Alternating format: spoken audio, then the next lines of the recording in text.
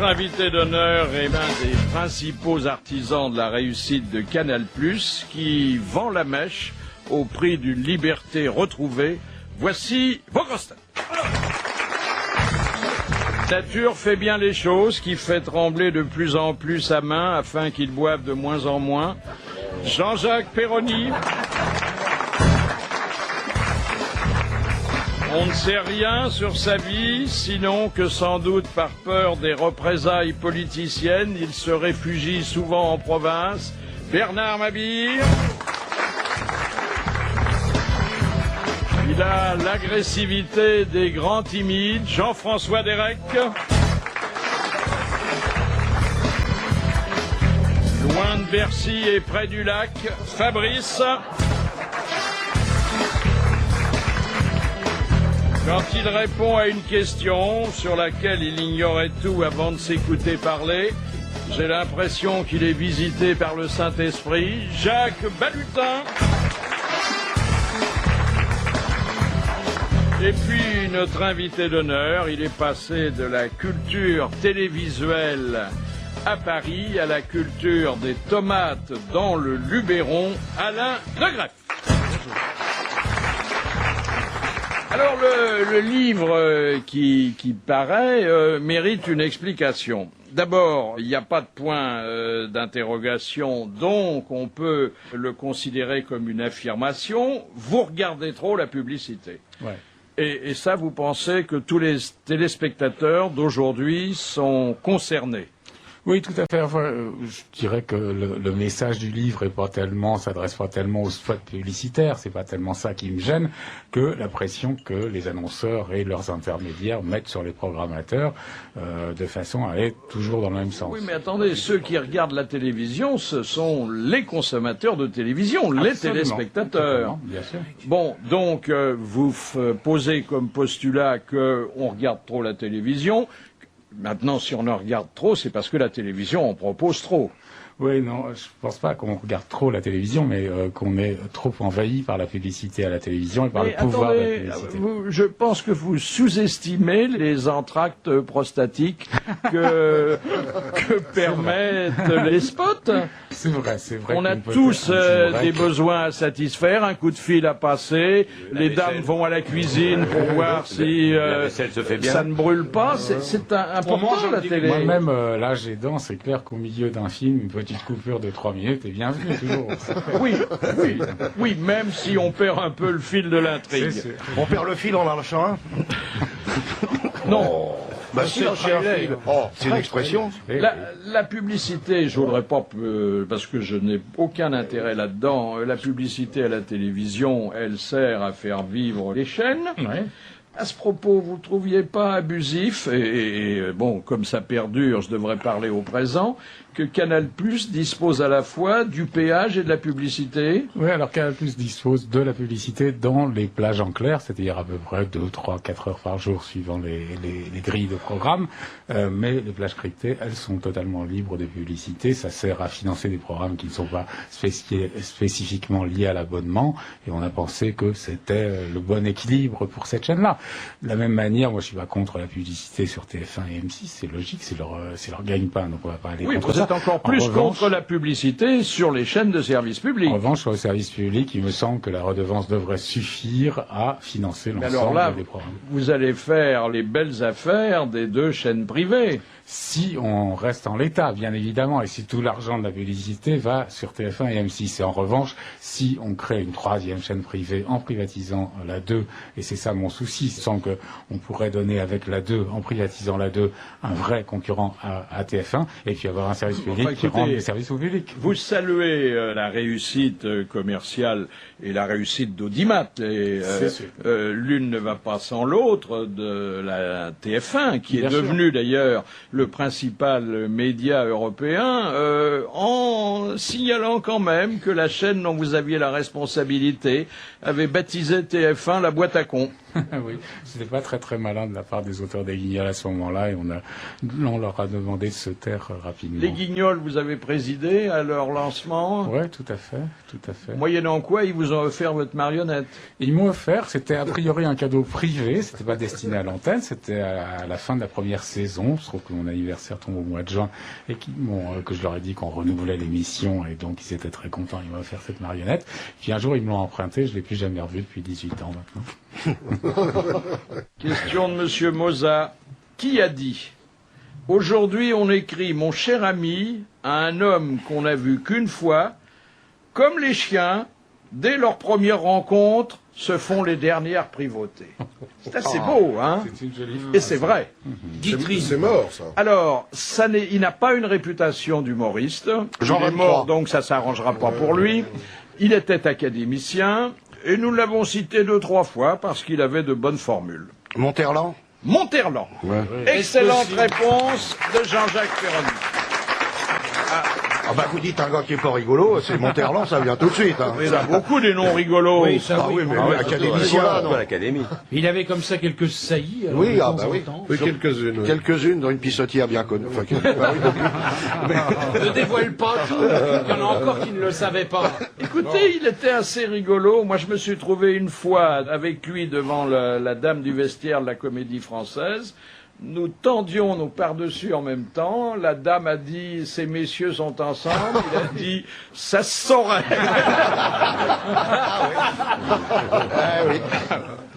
Deuxième citation adressée par Monsieur Scran, qui a dit: il faut compter sur les autres comme on compte sur une planche pourrie. De Gaulle. Non. Il aurait pu. C'est un homme politique, non? Non, pas du tout. Mais Non, se serait exprimé autrement. Un grand optimiste. c'est un écrivain Français. mort, comme la plupart des Comme la écrivains plupart français. Du 20e. Il est à cheval sur le 19e et le 20e. Et sur le protocole. Jules Renard. C'est Vous avez remarqué. Est-ce que je suis dopé? Que peut-on faire contre la dictature de l'audimat? Oh, rien du tout. Je crois qu'il faut juste favoriser la concurrence. Ce qu'il y a de terrible aujourd'hui, c'est qu'il y ait une télévision qui, grâce à la qualité de ses patrons, est numéro 1, mais qui, grâce aussi à l'absence de concurrence, est numéro 1. Oui, mais peut-on faire grief à une chaîne d'être trop regardée? Certainement pas. Simplement, on peut lui trouver une concurrence.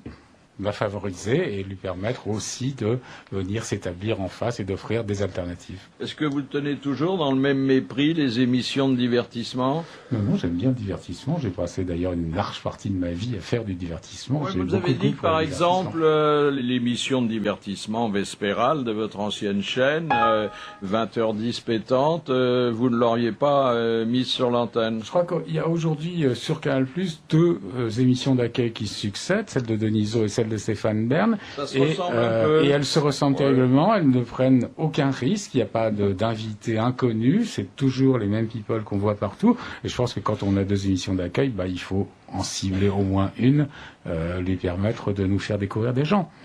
Mais en revanche, je pense que Stéphane Bern fait une géniale émission de radio et c'est dommage qu'il fasse une émission de télé aussi médiocre. Bah, si la radio payait bien, peut-être qu'il ferait pas de télé. Voilà. Alors, avant de revenir dans le détail à ce livre qui s'intitule « Vous regardez trop la publicité », un peu d'actualité. Bon, rassurez-vous, Alain de Greff, c'est pas l'actualité vraiment sérieuse que nous traitons, non, j'espère bien. Non. Des nouvelles de Jacques Chirac. Alors, Vous en avez, vous? oui, alors je vais vous dire, j'en ai à travers une dépêche d'agence qui dit que, il y a quelques jours seulement, et qui était une espèce de journal de bord tenu par le chef de l'État et disponible sur Internet, était totalement apocryphe. C'est pas la première fois, d'ailleurs, souvenez-vous que Christine Claire avait publié au moins 2 volumes d'un faux journal de Chirac, qui était d'ailleurs très bien fait, très crédible, très crédible. En plus, c'était très drôle là, parce que dans le blog, il donnait des comptes rendus du Conseil des ministres. Il disait que je n'ai qu'à poster par le menu mes plats préférés dans mon journal pour me les faire servir en dîner officiel. J'aurais tort de me priver. Et il disait, ça fait un moment, par exemple, que j'ai pu manger de taboulé oriental, de salade niçoise, de homard mayonnaise, de faisan farci au cèpe, de pintade aux choux, de caille rôtie, de tarte aux myrtilles, de pastèque, de clafoutis aux cerises, de mousse au chocolat et de quick à manne. Je sais pas ce que c'est. C'est un gâteau C'est breton. C'est breton. Ah, c'est breton? Ah, je croyais que c'était très exotique. Phare breton. Oh, c'est tout, ça bourre. C'est un lait tout frais, tiens. Bourré de beurre. Il disait que c'était une plaque de beurre avec du sucre et qu'il avait du mal à digérer. Ouais. Bah forcément. Oui. Et à propos des JO, en sortant du dîner qu'il avait offert au commissaire à l'évaluation de la candidature, il avait précisé dans son blog « Ah, il va maintenant falloir que je fasse semblant de saliver à l'idée de recevoir des épreuves de canoë-kayak sur la Seine. Et je plains d'avance les malheureux dont le canot va se retourner. » Alors s'il doit nager Qu'est-ce qui dedans, a hein. écrit ça, là? Et Guémard. des plaisantins, mais assez doués, hein. Sarkozy. finalement. Oui, Guémard, il a le Peut-être temps. Guémard. Il a le temps. Peut-être, Ah ouais. faut chercher dans Je sais des... pas s'il a envie de gaudriole en ce moment, lui. Oh, Je pense bah que- quoi.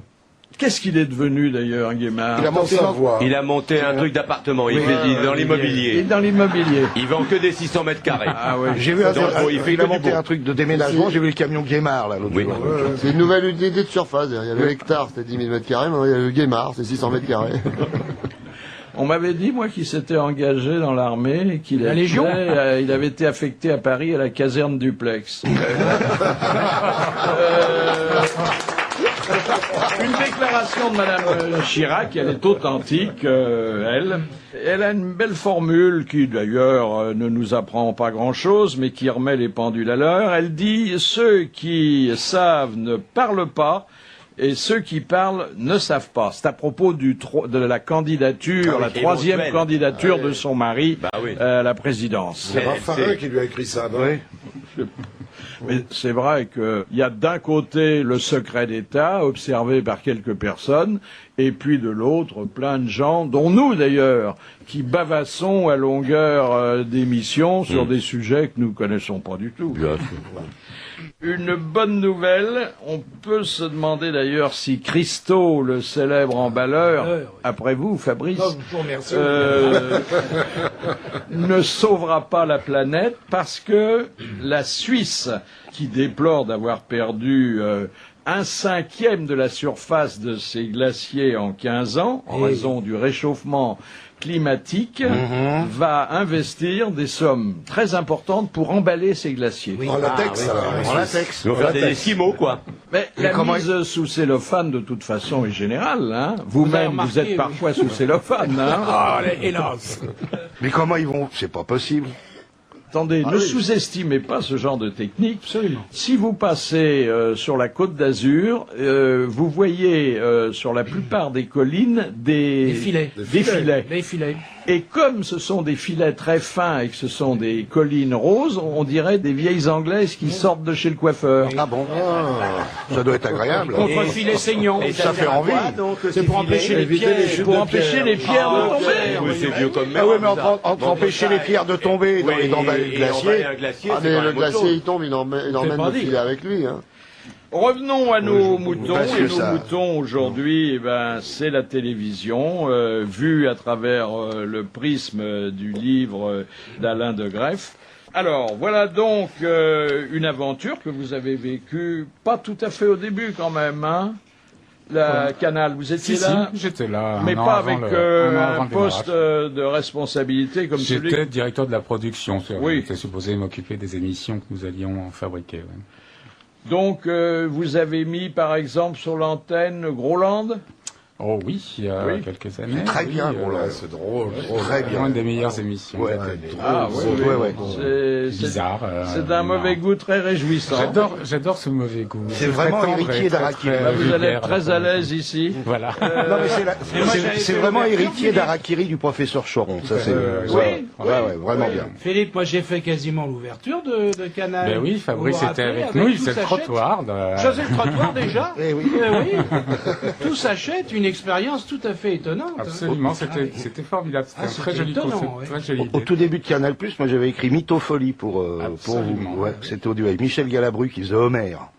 C'était L'annonce des nouvelles chaînes de la TNT, la télévision numérique, a dû vous rappeler des souvenirs quand Mitterrand avait annoncé, mais en se trompant pas mal. Oui. Demain, il y aurait 85 chaînes nouvelles. C'était 3 mois après le lancement de Canal, 2 mois après le lancement de Canal+. Autant dire que ça a coupé net tous les abonnements. Les gens se sont dit, attends, il y a 85 chaînes nouvelles. gratuites. Et en fait, qu'est-ce que c'était? Et en fait, c'était 85 réseaux qui permettaient de faire 2. C'est pas tout à fait la même chose. Ça rappelle un peu Krasuki en train dans de les games, calculer. Voilà. Oui, un avaler. milliard. Il n'était pas très bien conseillé sur l'audiovisuel, à part Canal+, bien sûr. On découvre alors l'indépendance d'esprit de Canal à travers ce que on a appelé l'épisode Calvet dans la saga des Guignols. Alors je rappelle que Jacques Calvet était à l'époque le tout-puissant président de Peugeot. Ouais. Et je ne sais pas pourquoi, ou peut-être parce qu'il faisait des déclarations qui dépassaient l'industrie automobile. Il voulait faire de la politique, je crois, Un à petit peu, l'époque. oui, je crois qu'il avait une envie. Bah oui. Les Guignols l'avaient pris dans leur collimateur. Et puis, il se trouve qu'il y avait un des auteurs des Guignols qui avait une Peugeot qui était toujours en panne. Donc, c'était une il y petite avait- vengeance à Il y titre avait personnel. Colombo avant Ouais. lui. Oui, mais bon. Et donc, effectivement, Calvet Il apparaissait. était assez ridiculisé. Hein. Calvet apparaissait en général bourré de cambouis sur le visage, sur les mains, et disant j'ai eu un petit problème de voiture, je suis désolé du retard. Et donc, au bout de quelques temps, ça lui a déplu, il a décroché son téléphone et appelé André Rousselet, Qui était le président de la chaîne. etc., qui était le président. Donc Rousselet, au moment de le rappeler, m'a fait monter dans son bureau, et donc j'ai assisté au coup de fil entre Rousselet et Calvet. Calvet lui disait, écoutez, si les Guignols continuent, je vais vous retirer ma campagne de pub. Rousselet lui a dit, écoutez, si j'étais à votre place, je l'aurais retiré depuis longtemps. Donc, Calvet a retiré la publicité. Peugeot, c'était quand même un gros annonceur, mais en même temps, Rousselet m'a dit, bon, on va peut-être pas faire ça avec Renault, Volkswagen et compagnie. Donc, vous voyez. Des nouvelles de Camilla et de Charles. On se fait du souci, hein. C'est un feuilleton. Alors c'est celui que oui. produit Buckingham Palace avec un succès qui n'est pas épuisé. D'abord, Camilla pourra être reine. Alors, elle était la reine des pommes, mais elle va peut-être être la reine d'Angleterre. Donc ça Pardon, veut dire Xavier que Charles Chandrail. ne sera jamais roi. Vous voyez. Charles sera jamais roi. Attendez, la vieille, il nous Ça, a... c'est le coup de pied de l'homme. là. Attendez, il s'agit d'une décision qui a été prise, qui va avoir force de loi. On avait dit dans un premier temps, quand on a annoncé le prochain mariage, qu'elle devrait se contenter du titre de duchesse de Cornouailles, puisque c'est la propriété de Charles. Princesse consort aussi. Oui, ensuite, princesse consort lorsqu'il monterait sur le trône. Et lorsqu'il ne pleut pas, parce que sinon elle est mouillée. Et maintenant, eh bien, on dit qu'elle aura droit au titre de reine. plus d'âge. 58.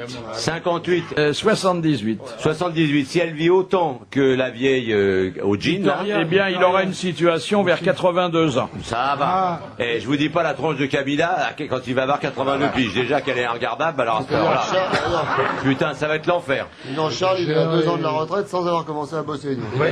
C'est très bien ça, oui. Quel âge elle a, Camilla hein 58, il a bien de Non, dire. non, c'est Charles qui a Charles. 58. Alors, Camilla, elle est un peu plus vieille que lui, je crois. Oui. Oh, à peine. Oui, 2-3 ans, 60 piges. Enfin, elle doit n'a avoir. jamais été jeune. Hein. Hein, non. Mais l'autre jour, j'ai vu des photos, je croyais qu'il était en cloque.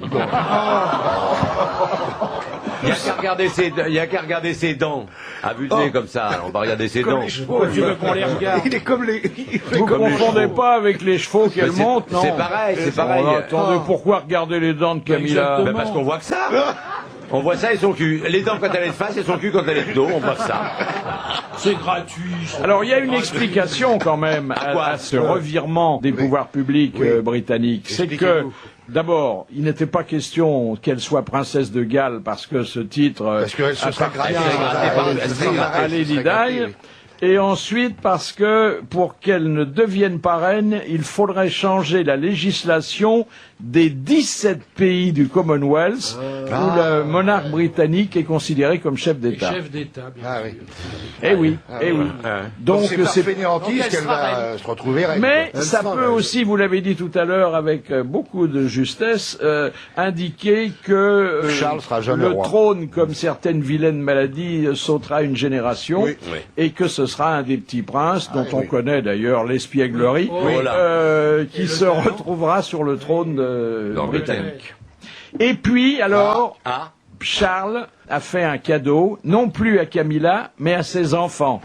pourquoi Elle a, les eu enfants, Camilla elle a 2 enfants du mari dont elle a divorcé. Camilla Oui, Ah, le- bah oui. Parker Bowles. le- Un malheur n'arrive jamais seul. Ah, non.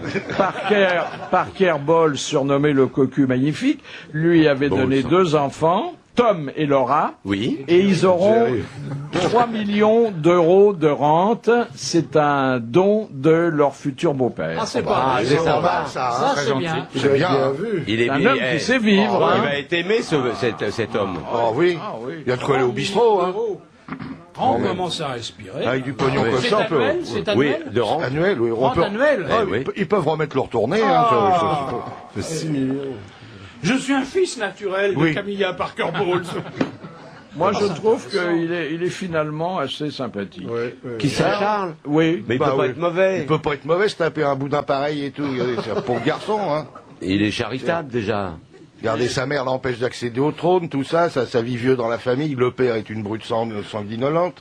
Sanguinolent. Bien sûr, le père. Oh là là. Vous Philippe. savez que je Il vais a- vous en apprendre une. Hein. Vous savez qu'il n'y a pas de constitution en Angleterre. Non. La royauté est tolérée par le peuple. Oui. Voilà. Oui, c'est bien. T'as bien fait de te débarrasser de ça là parce que. Vous devriez faire une conférence là-dessus Oui. parce que ça marcherait bien. hein. C'est bien. C'est un bon sujet. Hein. Si vous aviez fait, Philippe, ce que vous auriez dû faire du droit constitutionnel, eh bien, vous sauriez effectivement que la Grande-Bretagne est un pays très particulier dans ce domaine. Mais qu'elle a l'habeas corpus que nous n'avons pas. Et bien entendu. Eh oui. Eh oui, Non, on non, peut c'est pas avoir peu, toutes hein. les maladies. Ah non, Et l'anus horribilis. Et l'anus horribilis. Ah oui, Ah ça, l'anus horribilis. ça fait un moment. Selon la constitution australienne, C'est aussi drôle que la constitution anglaise qui n'existe pas. demande Monsieur Michalon, que doit annoncer un gouvernement après la visite officielle d'un chef d'État étranger sur son territoire? Combien il a dépensé dépensé? Combien il doit il a dépenser dépensé Ah ouais. Combien ça coûte? Ouais. Combien ça a coûté? Ce qu'on ne fait jamais en Jamais. France. Ah bah, Jamais. attends, on peut pas. Jamais. Ouais, laissons ça dans l'ombre. Mais oui. Quand on va à Strasbourg, on n'emmène pas sa saucisse. Alors, et si vous voulez quand même... Les journaux qui marchent bien, je parle des journaux télévisés bien sûr, vous les malmenez, et notamment celui qui, sur TF1, à 13h, obtient le meilleur audimat depuis près de 17 ans. La meilleure part de marché, en tout cas pas le meilleur audimat. Le meilleur audimat, ça reste le soir, poivre d'Arvor. En part de mais en part marché, de marché, où il effectivement, pulvérise oui, tous les concurrents. Et vous dites que ce journal auquel vous attribuez un poujadisme basique, et où la France des régions se résume à des reportages sur un maréchal Ferrand, une fête des confitures, Oui, c'est ça. la pêche dans le marais Poitevin, la feria des vendanges et les châtaignes corses, ce qui est d'ailleurs à peine exagéré. Hein. Je crois que c'est assez représentatif. C'est un vrai sommaire de Absolument, du ce 13h. journal. Mais alors, Il aurait vous pu le mettez faire, en cause tout ce qu'on appelle la télé de proximité. Non, parce que c'est pas un journal national de faire de la télé de proximité. Il devrait y avoir d'ailleurs des chaînes régionales et locales pour faire ce genre de choses.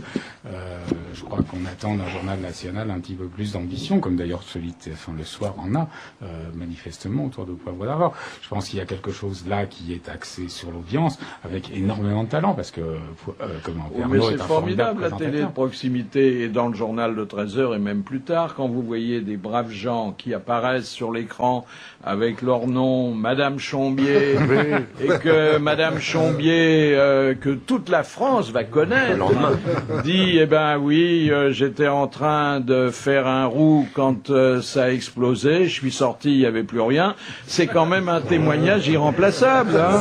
Ça sent bon la France profonde, penchée sur la glèbe encore emblavée.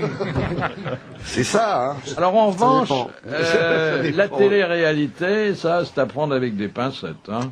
Bah, moi, je la regarde pas beaucoup, mais bon, il y a des gens qui aiment ça, tant mieux.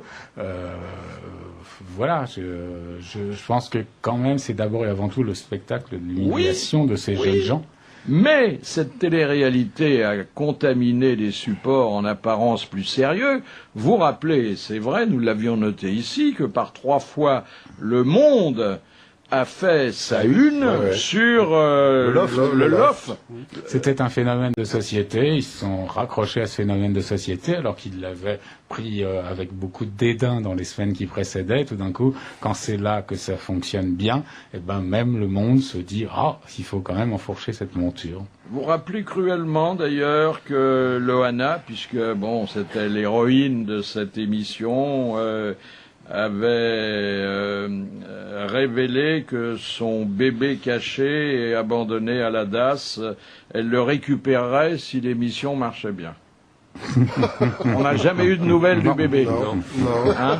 Oui. Doit avoir 25 ans. Ah oui.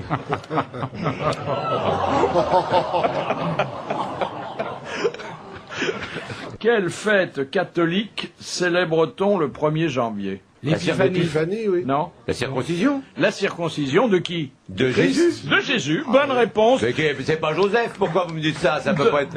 Bonne réponse de notre expert religieux, Jacques Balutin. Ah, c'est donc le 1er janvier. Vous savez qu'on a beaucoup de mal à recruter des prêtres. Bah Et, oui. Bah forcément. Tant qu'on leur donne pas le Tant droit de qu'on se leur donne pas, reproduire, ouais. de se marier. Ils Dès peuvent qu'ils vont pas pas se avoir marier, marié, si vous voulez. Attends, c'est un métier de chien. Il y a eu des exemples historiques quand même qui tempèrent ton propos. La paye est pas bonne. Bah alors, le seul truc, c'est qu'à l'église, il y a que lui qui boit. Tous les autres le regardent dans Voilà, il est et en train de encore, se et encore. goberger. Mais sinon, C'est pas bonbon, hein. C'est pas du Sancerre. Hein. ah bon. les évêques belges ont eu une idée. Ouais, allons-y.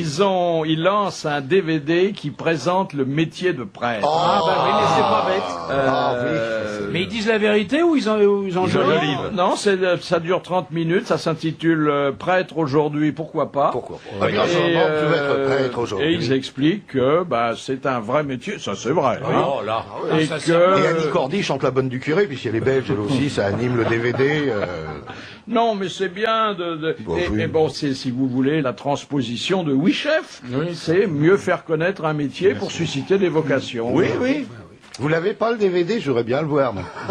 Oui, je vais vous le donner, bien sûr. Vocation Je vous demande pas où vous le ferez tourner. Ben, pas du tout, mais vous avez des idées. Mais enfin, je voudrais voir le DVD, savoir si ça me donne envie de Mais on trouve devenir ça dans les prêtre. boutiques. En Belgique. Non, Tu l'achètes à l'église. Je suppose que c'est dans les patronages, dans les quand les même, presbytères. À l'église peut-être? Jean Dutour, bonjour. Bonjour, monseigneur. Ah bah tiens. Question de Monsieur Levasseur. Quel interdit vestimentaire est-il fait aux femmes dans la Bible? De ne point s'habiller en homme. Oui. Les habits masculins ne sont pas autorisés. Bonne réponse de Jean Dutour. Oh, ça durait très longtemps, cette affaire-là. Hein. C'est pas seulement dans la Bible. Jusqu'à George Sand, hein? Oh, oui, enfin, grosso modo. Il y a eu beaucoup de jolis travestis féminins au XVIIIe siècle. Amanda Lear. Vous pensez au Chevalier d'Éon? Par exemple, oui. Oui. Il y a l'abbé de Choisy qui venait à l'académie habillé en femme. Ah oui. Choisis le roi pour la reine. Ouais, et Pampelina également. C'est tout nouveau, ça. Question de Monsieur Le Grand Danger. Le Grand Danger. Oui, c'est bien ça. Encore un parent d'Albert Buda. Pourquoi le médecin Horace Bianchon ne se rendit-il pas au chevet d'Honoré de Balzac qui réclamait sa présence sur son lit de mort? Parce que c'était une création de Balzac, un personnage de la comédie humaine, et Balzac, il croyait tellement qu'il disait « il me faut Bianchon, il me faut Bianchon ». Il s'était vraiment pris au jeu de sa création. Ouais, hein. tout à fait, c'est absolument merveilleux. Eh bien, ce sont 2 bonnes réponses et je voudrais vous dire que Jean Dutour n'aurait pas mieux répondu. Bravo, merci, à demain. Vous voyez qu'il y a de la culture chez nous. Hein? Oui, mais enfin, elle est enrobée. Faut gratter quand même, hein. Avec un peu. Ah oui, il faut gratter un petit peu. Si t'arrêtes de dire des conneries, il y en aura peut-être un peu plus, s'il te Tu peux plaît. la fermer, tu sais que je vais t'en coller une, moi, hein. Alors donc, la publicité, il faut la réduire, et notamment réduire la publicité qui s'adresse aux moins de 12 ans. Oui, là-dessus, moi, franchement, tout le reste de ce que je dis contre la publicité, c'est bien évidemment pas contre les spots, mais contre la pression publicitaire sur les émissions de service public. En revanche, là, les spots directement adressés aux enfants, il me semble qu'on est un petit peu coupable là dans cette période. Mais attendez, ça s'adresse aux enfants parfois indirectement, et sachant que ce sont les grands prescripteurs.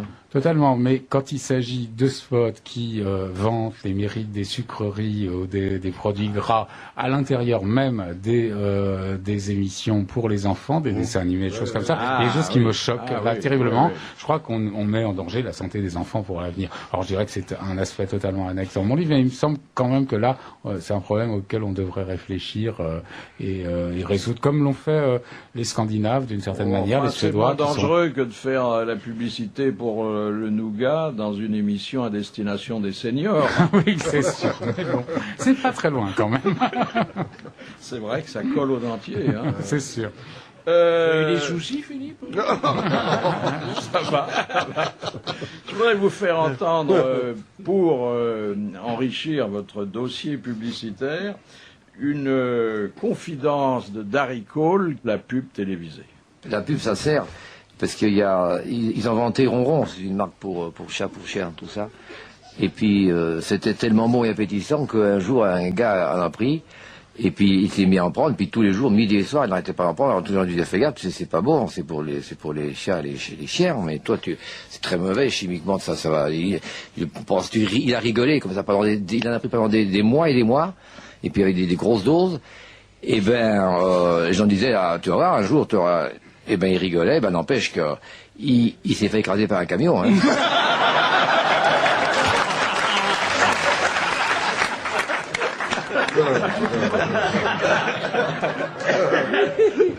Ouais, ça va être très très dangereux. Le raccourci. L'automobiliste marseillais qui roule à l'huile de friture. Oui. Oui. Oh, c'est génial. Oui, il y a un truc là, oui. Génial, hein. Alors, il paraît que ça sent quand même un peu la friture quand ça démarre. Un peu sûrement. Mais au Brésil, ça sent le sucre alors, de canne. À l'extérieur, parce qu'à l'intérieur du véhicule, pas du tout. Non? Mais le prix est assez élevé quand même, parce que... Beaucoup moins cher quand même, hein. Comment moins Il y a cher? il a fallu, ça lui a coûté 400 € de changer son injecteur, Ouais. mais à la suite de quoi, il fait des économies très substantielles. Où est-ce qu'on trouve un injecteur pour huile de T'as friture? un copain garagiste. Un copain garagiste. Il disait merde. Non, chez un marchand de frites. Dès 1910, pourquoi les compagnies cinématographiques américaines se sont-elles installées sur la côte ouest dans un À cause du village climat. Le climat. À cause du climat. Hollywood? Non. À cause de la lumière. Non. À cause des figurants, il y a plus de figurants. Non. Parce qu'ils sont venus s'installer là. Un problème d'impôt. Écoutez, c'est pas des impôts, mais il s'agit d'un problème De taxes, terrain. de Il y a taxes. des Le terrain a été donné. Les terrains étaient pas Le chers. terrain Il y était avait des donné. grands terrains pas chers. Il s'agissait de prendre des précautions. En cas de guerre. Non, c'est parce que le cinéma était mal considéré, donc il se foutait dans un coin peinard. Il pouvait y avoir effectivement des problèmes, mais surtout c'est climat. parce que sur le plan de la légalité industrielle. Mais attendez, comment le cinéma fonctionnait-il à l'époque? Avec une manivelle, monsieur. Pour qu'il n'y ait pas de problème d'incendie, de trucs comme ça, non? C'est un truc moral, peut-être. Non. Question de production. Alors, question de production, question de dépenses. Les impôts, Marché. c'était gratuit? Non, ou les, alors les impôts sont pas en cause. Comment il les fonctionne, figurants, le les cinéma? payaient pas? Non. Non. Parce qu'on Non. avait beaucoup tourné L'électricité coûtait pas cher. Non, l'électricité. On non. tournait sur la plage avec beaucoup de gags de Mais le cinéma de se naïades. fonde sur une invention. Là, je vous mets un peu sur la voie. La pellicule. La pellicule. Pas seulement. Le son. Ah non, Pas en en 1910, il y a pas de pas en 1910. Ouais. La lumière. Il y a à la Les base, laboratoires. il y a à la base un génial inventeur. Lumière. Non. Lumière. Non. Bah, l'inventeur du cinéma, c'est bien les frères Lumière. Oui, mais à la base du cinéma, il y a des techniques. Oui. La caméra ou Le la pellicule. La projection. Non. Quelqu'un, un Américain, avait pensé à tout ça. Monsieur Eastman, Kodak? Non. On trouvait le matériau Le système là-bas qui pour faisait faire que les les- pellicules. Edison. Edison. Bon. Edison, va ouvrir. Edison. Ah, il a inventé, Oui, mais enfin, elle fait plaisir quand même. Bon, et alors? il a inventé la croix la croix de Malte.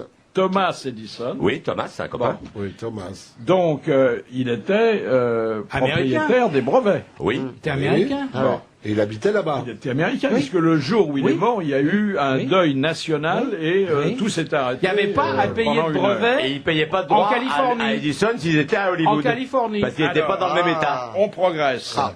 Ils se sont donc abstenus De payer les droits. verser à Edison ce qu'ils auraient dû lui payer. allouer, Parce qu'il n'a pas pris tous les brevets pour la totalité des États-Unis. ou bien ils ont fait très bon marché de ces brevets. Et pourquoi Hollywood? Je reviens à ma première question.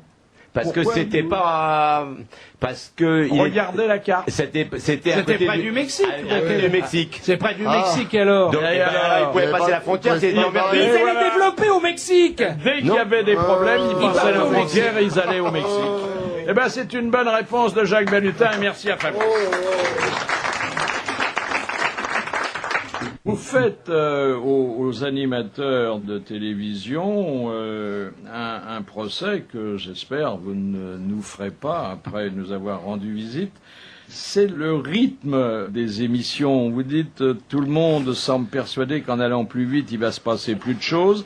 Alors on zappe les sujets, on zappe les invités, on multiplie les chroniqueurs et les thèmes abordés pour ne plus rien avoir à dire. Ouais, C'est terrible ça. C'est typique, par exemple, on parlait tout à l'heure de Stéphane Bern, c'est typique de son passage de la radio à la télévision. À la radio, il a un invité qui est cuisiné par 4-5 chroniqueurs et c'est une chose assez sympathique et très agréable. J'ai moi-même fait l'émission et j'ai trouvé ça très agréable à faire, comme je la trouvais agréable à écouter. Et tout d'un coup, à la télé, il y a 3 invités, 4 animateurs et il se passe quasiment rien. Bien évidemment, puisqu'ils n'ont plus le temps de faire quoi que ce soit, si ce n'est de faire les présentations. Je trouve ça extrêmement étonnant de la part de la télé. Je trouve que la radio est 10 000 fois plus intéressante que la télé. Mais peut-être parce que la distribution d'une émission de télé est différente, parce qu'il faut soigner l'image. Alors, il y a toujours la cruche de service qui rit bêtement, qui dit pas grand-chose d'ailleurs, elle est pas On ne gênante. demande pas de parler Non, non le plus. bord hein. d'être belle. Oui. Ah, ben il y en a des très belles. Hein. Ah, bah oui. Oh là là Oui, il y a là la là. cruche masculine maintenant qui est arrivée chez Ruquier avec Stevie. Oui. On a le Oui, oui. représentant pot de fleurs, c'est bien. Ah oui, oui, oui. c'est vrai. C'est un bon critique littéraire. Hein. Ah, bah oui, on sent qu'il a lu. Ah oui. Il est Mais à passé l'envers. d'ailleurs directement de l'apprentissage de la lecture à la critique littéraire. Vous mettez en cause les célébrités, faut mettre le mot entre guillemets, qu'on invite. Et bon, vous dites, j'ai toujours Sylvie Vartan, Michel Sardou. Et on voit Oui, il faut pas prendre assez. des gens de qualité. Là, déjà, Oui, hein. oui, bien sûr. Où on ne parle pas assez de Christian Boltanski, je connais pas, Marty Alres, oui, Jacques Derrida, j'ai vu son nom une fois dans le monde, C'était Nécro. Là. Paul Virilio, bon, Michel Portal, c'est des gens. Ah oui, Portal, je Les amateurs de jazz. Oui, oui, c'est bien. Ah oui, Super ça, musicien. c'est pas des gens de votre immeuble, c'est des. Non, C'est bon. des gens qui sont un petit peu connus. André Putman, Oui, Ça part bien, ça. bien.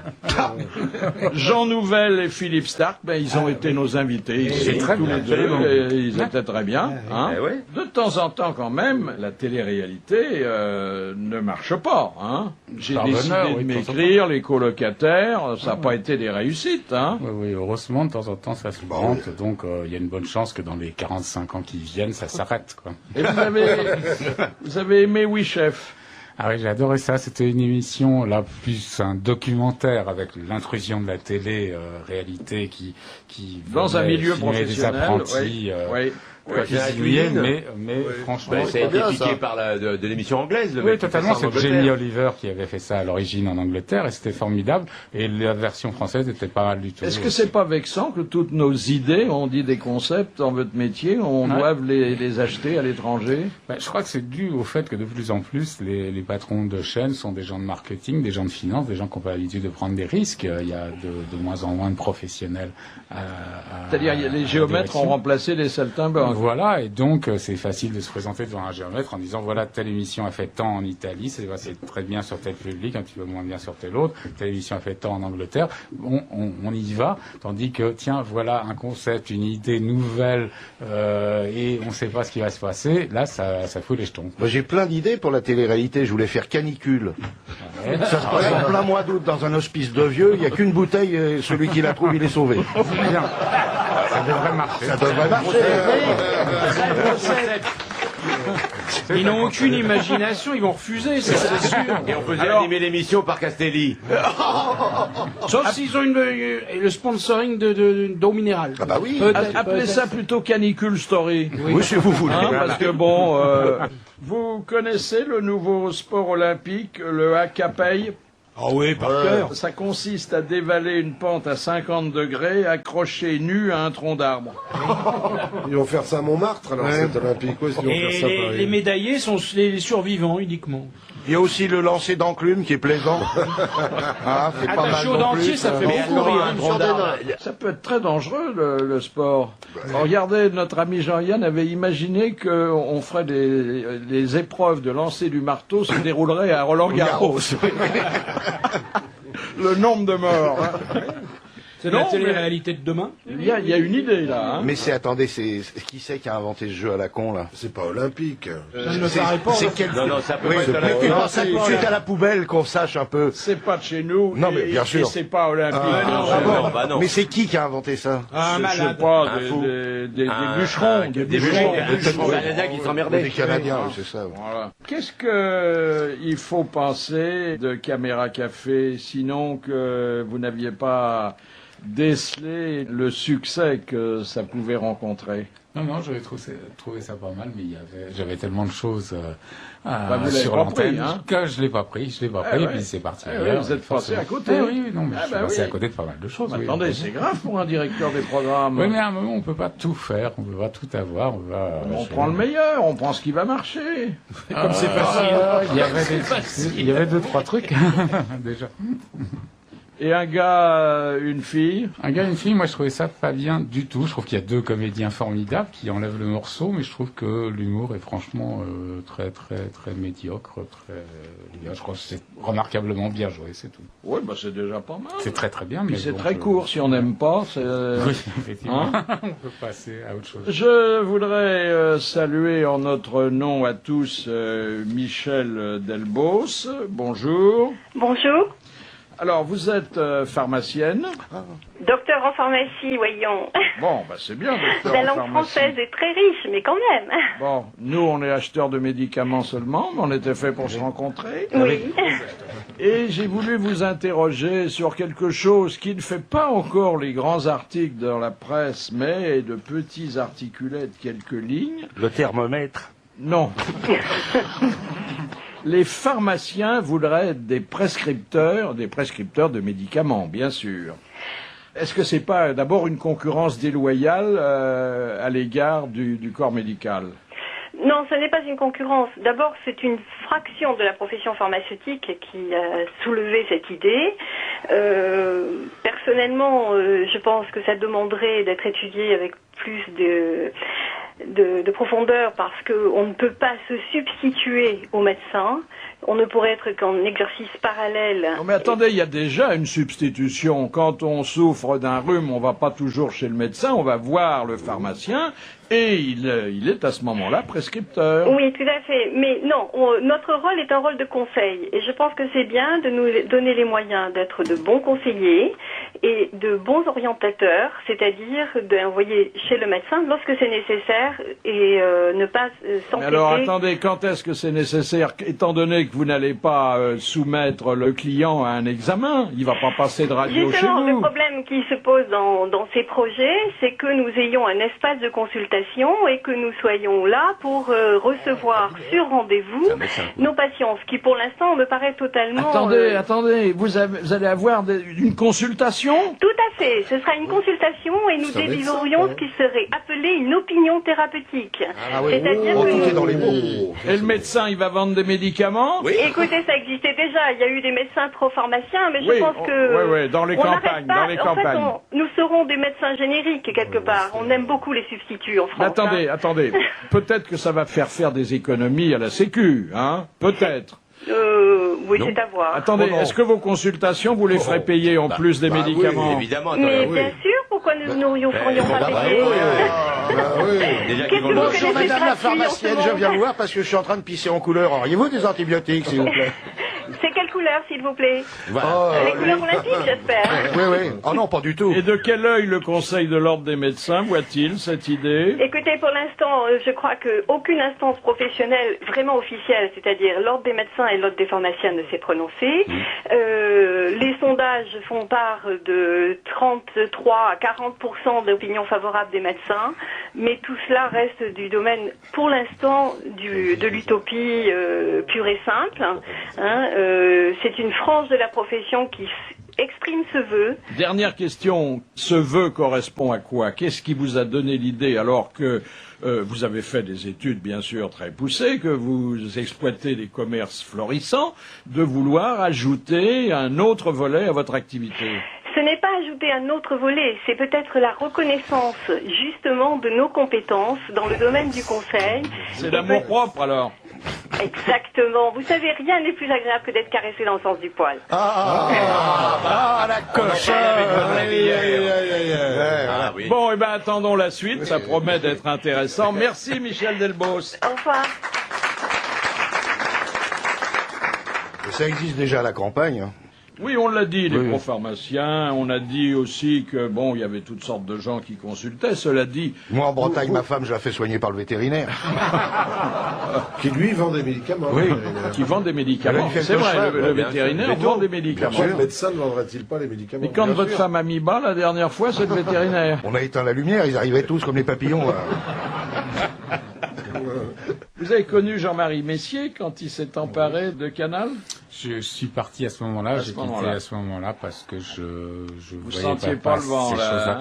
J'aime pas beaucoup moi la manière dont les multinationales dirigent les entreprises et particulièrement les entreprises de télévision. Oui, mais ça il faut s'y faire parce que c'est de plus en plus. Si on veut faire de la télé aujourd'hui, c'est comme ça. Comme ça, ou alors le service public quand même. Il y a quelques petits espaces, mais c'est vrai que je crois pas que ces gens-là aient la même vision. Il était séduisant, Messier. Totalement, très adroit, hein. Totalement, extrêmement habile, et puis il s'est pris les pieds dans le tapis quand même. Et vous dites qu'il s'est pas ramassé comme on l'a dit à Hollywood? Non, je crois que c'était pas mal, ça s'est bien passé à Hollywood. C'est une pure coïncidence, mais il se trouve que Universal, à ce moment-là, a connu sa plus grande période de succès. Jamais Universal n'avait connu, je crois, 12 numéros 1 consécutifs. C'est quelque chose d'extraordinaire. C'est pas ça qui l'a tué. Ce qui l'a tué, c'est sa politique de fusion, acquisition, etc. Toute sa pratique de financier. Et puis un train de vie qui était peut-être un peu... Il a perdu toute notion de quoi que ce soit. Une certaine mégalomanie. Absolument. Sous les doubles effets de la mondialisation et de la médiatisation. Absolument. Qu'est-ce que vous pensez des 600 millions par an que Canal a accepté de verser pour les transmissions de foot? Alors, j'en pense deux choses. D'une part, il fallait obtenir le foot, il fallait le garder totalement. À ce prix-là, c'est effectivement, il y a un petit bémol, c'est que moi, j'étais déjà contre l'enchère précédente de Canal+ en 99. C'était 280 millions. Voilà. Et bon, ça pas, quand même, la vie n'a pas augmenté dans des proportions telles que je puisse dire et applaudir devant les 600 millions. Et certain que engager 600 millions d'euros comme ça par an, sur 3 ans, ça veut dire que dans ces années-là... Il y a eu, paraît-il, une vague d'abonnements, tout de suite derrière ça. Oui, non, c'est très bien du point de vue de la communication, mais il en faudrait quand même beaucoup plus, parce qu'il s'agirait d'avoir 2 millions d'abonnés de plus, là, cette fois-ci, ça va être compliqué.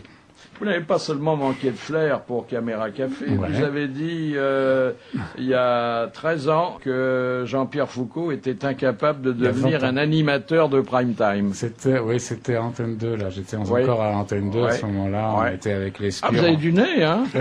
On a reçu Gérard Louvain, qui était un type qu'on connaissait, qui travaillait dans la musique et qui nous proposait un truc qui s'appelait pas encore Sacrée Soirée, ça s'appelait le Loto Chanson, et présenté par par Foucault, qu'on aimait vraiment bien.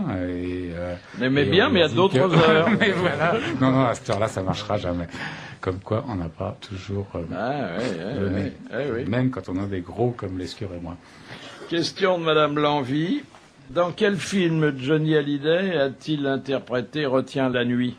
Cherchez l'idole. Cherchez l'idole. Non, Les Parisiennes. Les Parisiennes. Oui. Un film de Boiron. Non. Ah bah alors j'ai tout faux. Ah si, Boiron. Michel Boiron. Avec Catherine Deneuve. Avec Catherine Deneuve, oui. Quoi, la parisienne, c'est avec Bardot? Non, c'est les Parisiennes. Les Il chantait ça, Catherine Deneuve. C'était des sketchs. Ah oui, d'accord. C'est un film à sketch. Oui, avec Dany J'en Savard. avais un, moi. Ah oui. Question de Monsieur Roger Deloche. Dans le film 7 ans de réflexion, quel morceau de musique classique célèbre? Rachmaninoff. Le concerto de Rachmaninoff pour piano et orchestre. Concerto numéro 2 de Rachmaninoff. C'est une bonne réponse et j'ai même pas eu le temps de finir la question de Fabrice Belhutin. Et le concerto numéro 2 de Rachmaninoff a dû être utilisé une bonne trentaine de fois dans les films. Par exemple, le Brève Rencontre, vous vous rappelez? Brève Rencontre, le film anglais d'après-guerre, qui a eu un immense succès, Magnifique c'était la film. même chose. Il y a je ne sais combien de films qui ont utilisé cette musique qui prête au sentiment. Si vous ne savez pas combien, passons à autre chose. Bon, bah d'accord. Tu vois bien que tu fais chier tout le monde. Oui. Ça ne me dérange pas, j'assume.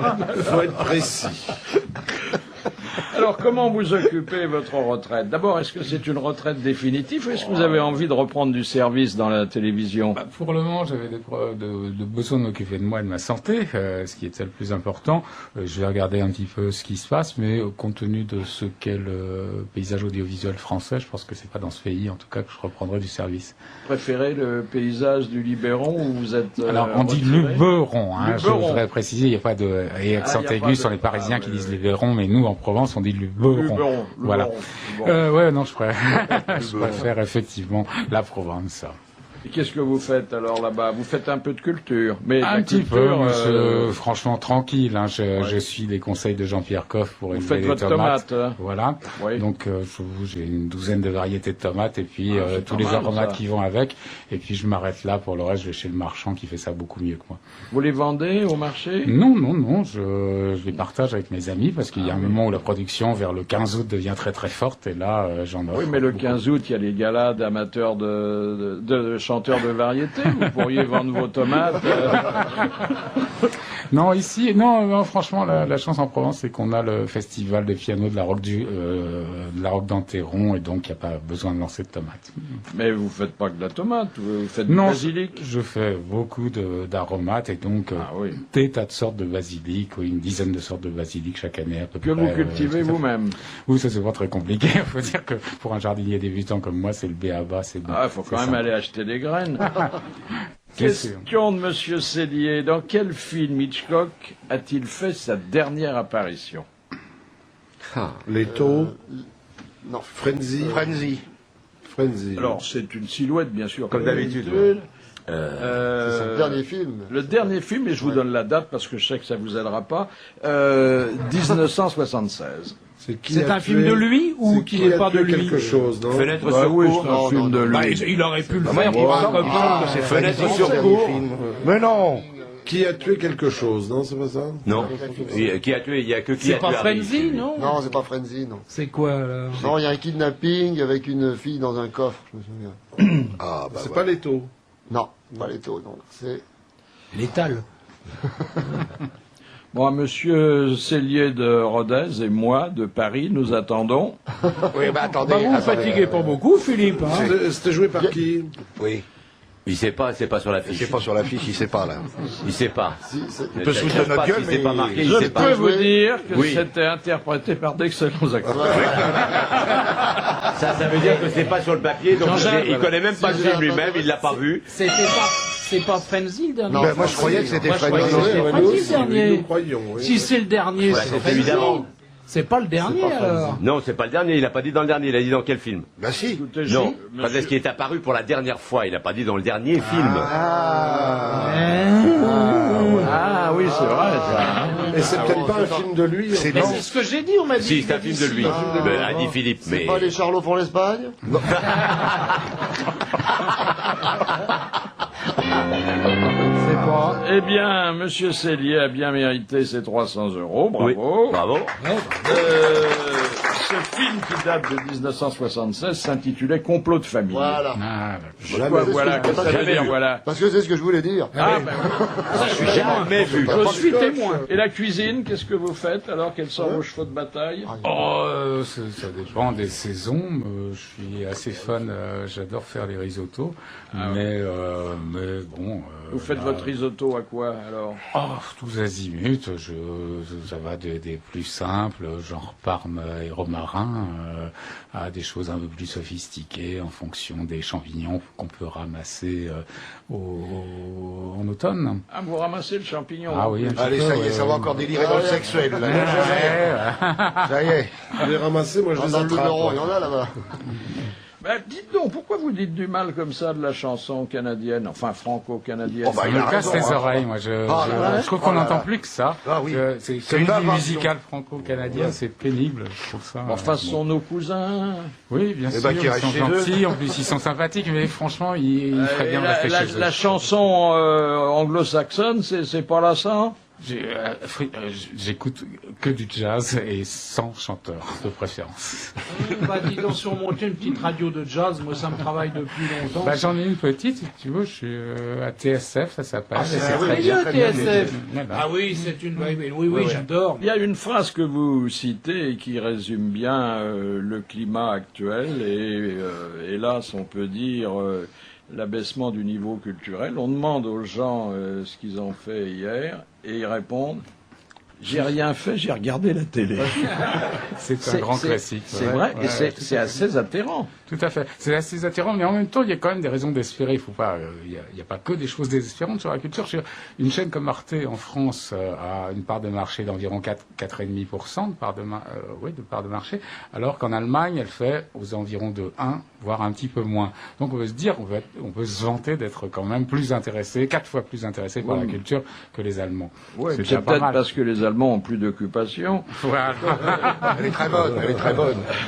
Et nous ne quitterons pas sans que je vous ai soumis la dernière citation en vous précisant que l'auteur de cette phrase que je vais vous lire n'a jamais été cité en 27 années de grosses têtes. Le maréchal Rommel. Et qui ne... Eh ben, on n'est pas loin. Hitler. Non. Göring. Et qui ne passait pas précisément pour un rigolo ni pour un humoriste. Alors, je vous lis quand même. Oui, s'il vous plaît, quand même. Si Dieu descendait sur terre, les peuples se mettraient à genoux, sauf les Français qui diraient « Ah, vous êtes là ? C'est pas trop tôt. Eh ben, on va pouvoir discuter un peu. » C'est un Allemand. Ça. C'est un Allemand? Mussolini. C'est un Allemand. C'est de l'humour. Un Allemand qui a dit ça. Goethe. Non. C'est un Allemand récent. Un militaire allemand. Un nazi? Un nazi? Non, alors il n'a pas été nazi. Adenauer. Adenauer. Oh là. Bonne réponse de Fabrice. Ah, il rejoint, et c'était inattendu, le peloton de nos humoristes.